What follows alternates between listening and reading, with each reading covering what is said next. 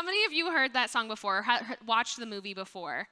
Yeah. Can anybody tell me what is going on with the character Louisa?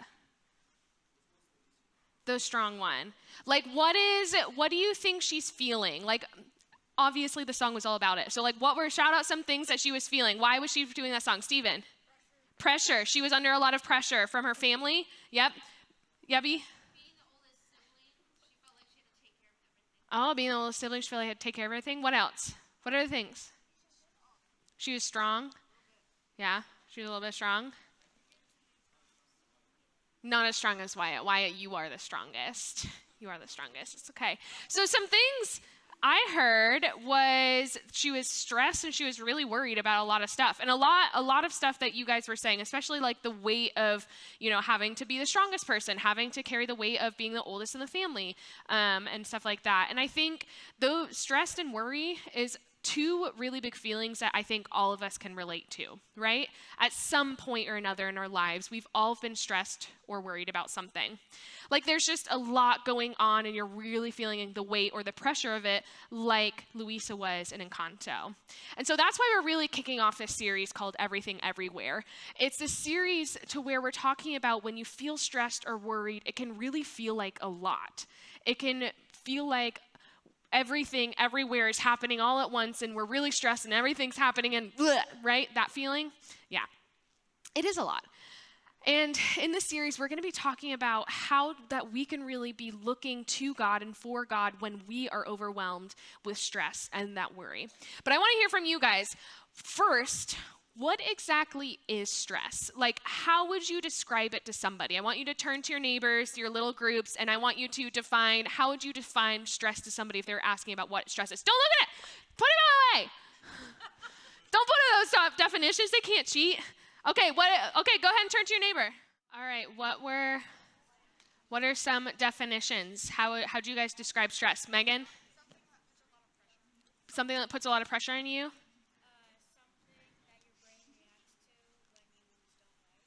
Ooh, so something that your brain reacts to that you don't like when it happens. Okay, what other things? What words did you use to describe stress? School. Oh, there you go, Miss Jen. Feeling physically ill? You guys are talking over there. What are you guys saying? What are you describing stress as? Being my friend. Honestly, yeah. So, being ex's friend, stress. Okay. So one definition that I've heard is that we could put it back up here. So now we can put up the definition of stress. Okay. So this definition, stress means that our body and our mind's response to situations in life. So kind of what you guys described.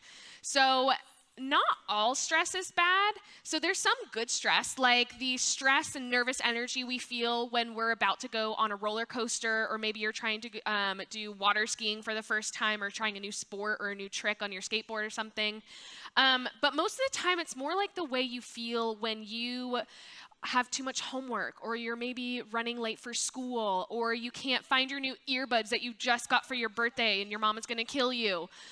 Right? That type of stress. Okay, so don't put the definition up here. You could put this definition away and don't put anything up. I want you to turn to your neighbor, and now I want you to explain, what is the definition of worry? How would you define worry to somebody? All right, so what are some of the definitions of worry that you guys were talking about? What did you say, Rylan? So it can feel the same thing like stress. Yeah, stress and worry can go hand in hand. What about you, Madeline? Our body's response to stress. Oh, yeah, Jane? Being worried about stressing? Yeah, Steven? I got a definition when you have a really big test coming up and you're worried that you're going to fail it. Yeah, that's a really great example of what worry can be like.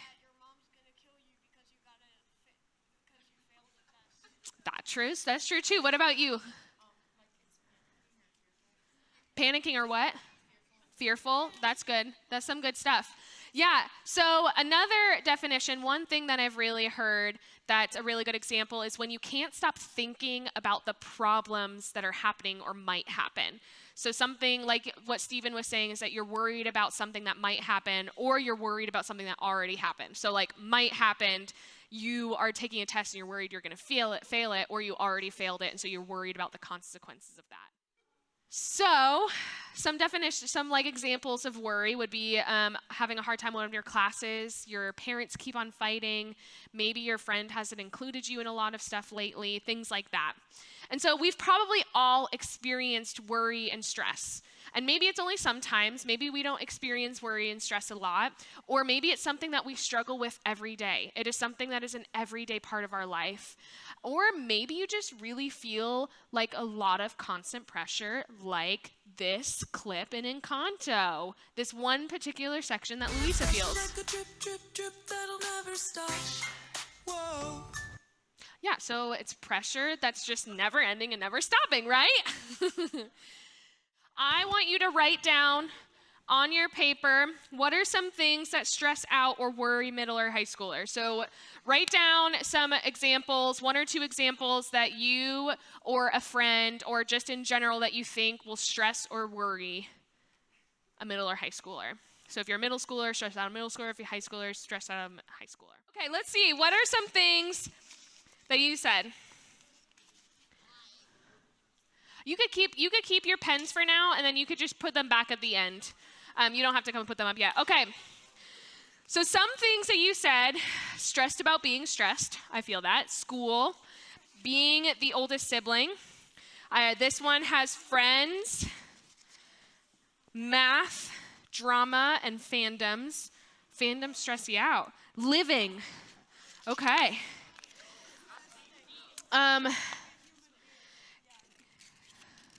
Getting a C or lower, being really lousy, having to do a lot of homework, being bad at sports, tests and presentations. I hated presentations. Let's see here. When your friend doesn't talk to you and then gives you the look, that is really hard. When a teacher says you need to talk. Let's see. Getting in trouble, detention, the principal's office, failing at a test or a job, being sleep deprived, that does make you really stressed or worried. School, friends, relationships, confidence, that is really hard. Does he or she like me? That is valid. I feel that. There's a lot of stuff. Like, I only went through half of them, and you guys seem... Okay, I'll keep going. I won't go through all of them, but state test, grades, relationship problems, the future career in driving. Driving is really scary. I don't know which one yours is. Oh, the pink ones. Okay. Fights, homework, everything else. Grades, relationships. Yeah, things that might test teachers that you don't like. Listen, the important reason why we need to have more time is because obviously there's a lot of things that you guys are stressed about, right? It's a lot to carry. And I feel like a lot of times over time that stress can really build and it can get heavier and heavier. And a lot like, I know it's a silly thing, but that surface pressure, that song, I think that's what a lot of us can tend to feel if we're being crushed under that weight, and eventually it fully crushes us, right? And so what I want to talk about tonight, what I want to actually spend a majority of the time, rather than just talking about the stresses, I want to talk about how you don't have to keep on living in this constant stress or worry. There's a better way to be able to live, because everything, everywhere, all at once is a lot, and it doesn't have to be a lot. And so tonight, we're going to be talking about a better, more peaceful way for us to live. And so we're going to be jumping in, and we're going to be looking at a character in the Bible. This letter, we're in 1 Peter, so obviously we are talking about this man who is named Peter. Everybody say Peter! Oh, that was really good. It was like very accusatory. Like you were like, Peter! That was good. So, Peter was one of Jesus' closest friends, and he was part of a group that's sometimes called the disciples, so his closest followers here. Peter followed Jesus all 3 years of his ministry. So Jesus had only actually had a ministry for 3 years, and he was down for it all 3 years. And so then even after Jesus' death and resurrection, so after Jesus was gone, he continued to be one of the biggest messengers of Jesus. And so Peter was all about Jesus. He helped the early church in his day get started by encouraging people to know who Jesus was and to kind of follow the ways that Jesus taught us to live. And so he was a really big deal. And so the good news is this, guys. With all of this stress and worry, here's the thing. In our faith, if we believe in God, we believe that Jesus wants us to live without having that worry or stress around us all of the time. And so one of those things of when I get really stressed or worried, I have a particular message or a particular scripture from 1 Peter that I like to go back to and really listen to. And so it's this scripture here, this first one. So give all of your worries and cares to God, for he cares about you. So give all of your worries and cares to God, for he cares about you. So I want to try something all together with this verse. So I need 7 volunteers to come up on stage and help me read these verses. So what we're going to do, guys, is they are going to go. There's a lot of different translations of the Bible. So like you might see sometimes. Can we pull up that first scripture real quick? So you see how this is like ESV on here? There's different translations. And so there's like NIV, the Message translation, the New Living Translation, stuff like that. It basically just takes different English words on how to explain the things in the Bible. And so we're going to be going through 7 different versions of the same verse. And what I want you guys to do is I want you to really listen and hear some of the differences, hear any words that stick out to you. If you need to close your eyes to concentrate better, you're going to go ahead and do that, okay? So Stephen, you're going to read yours and then pass it along to Jane, okay? Okay. Casting all your anxieties on him because he cares for you. Thank you. Okay, and then go ahead and pass it to Jane. Give all your worries and cares to God, for he cares about you. Putting all your troubles on him, for he takes care of you. Leave all your worries with him because he cares for you. Give all your worries to him because he cares about you. Live carefree before God. He is most careful with you. All right. Thank you, guys. All right. You guys can go ahead and sit back down. What things stood out to you?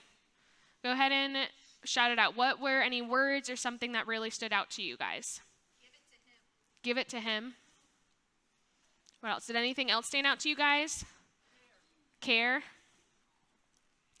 So maybe you notice some of the translations use the specific word cast instead of give. So the really cool part about this is that I really love this word because it literally means to throw something forcefully in a specific direction. So isn't that really cool? So like you're going to cast by like really forcefully throwing the paper.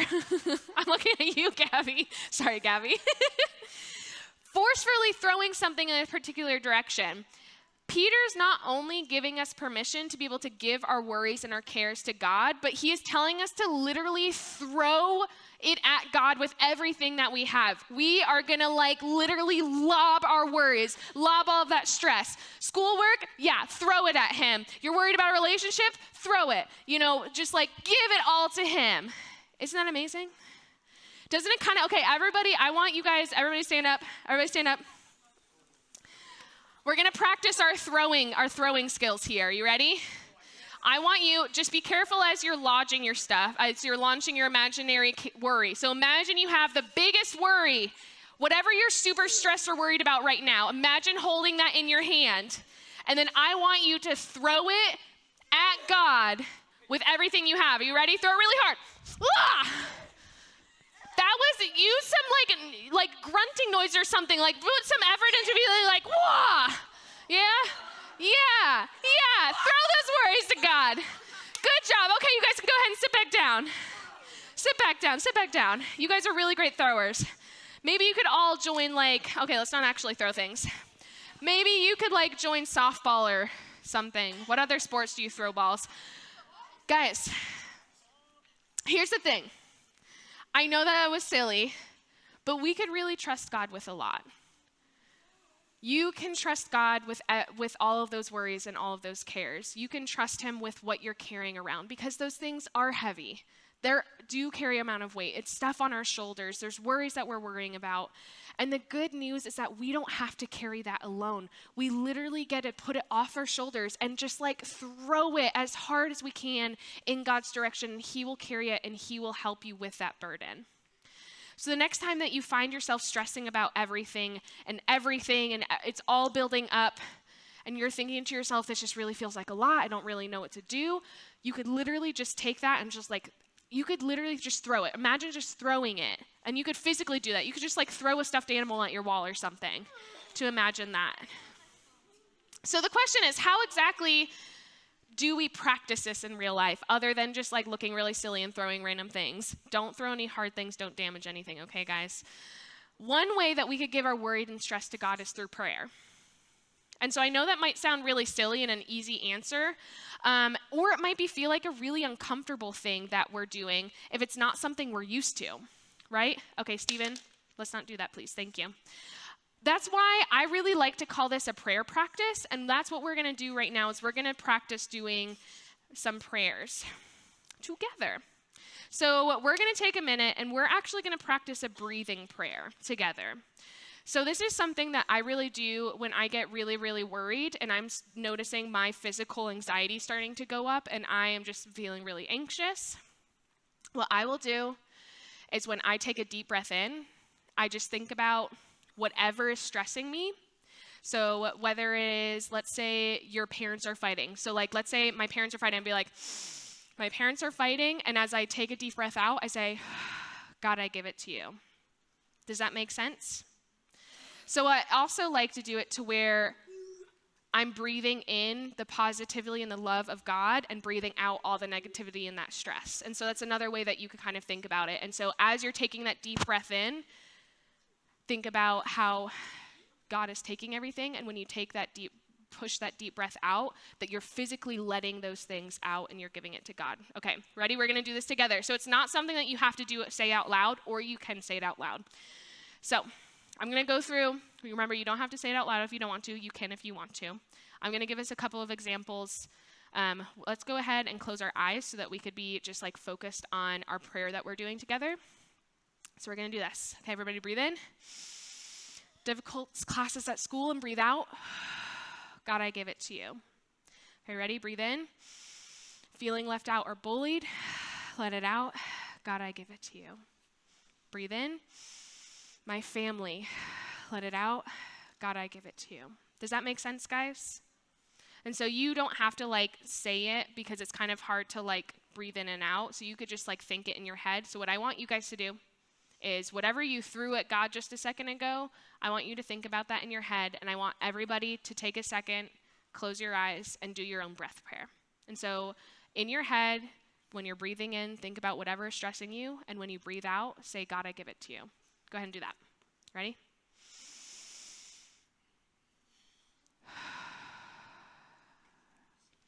I think that even just that simple act of kind of centering ourselves, centering our bodies, refocusing on God and the love that God has for us is just really good. Maybe that worry isn't going to fully go away, but we could feel a little bit lighter when that happens. Because worry and stress can feel like a lot. And when they do, I hope that you really come back to this prayer exercise and that it really is something helpful that you guys can be able to do with yourself, and you could even teach your friends and you guys can do it together. Guys, by giving it all to God in prayer, we're reminded that we can really trust God with a lot and that we're not alone in whatever we're going through. And you could also trust your small groups and your small group leaders with this. So one really great thing is that God created us for community, and he created us for a community for a purpose, so that we can help each other carry these burdens. So you could talk to God, and you could talk to your small groups and your friends and a trusted adult and have them help you carry those stresses too. So as you keep the conversation going with your groups today, I want you to think about this question here. The last question, the last slide. Is anybody up there? Thank you. Nope, that's not it. The question that we have. What's one stress in your life that you can give to God today? Woo!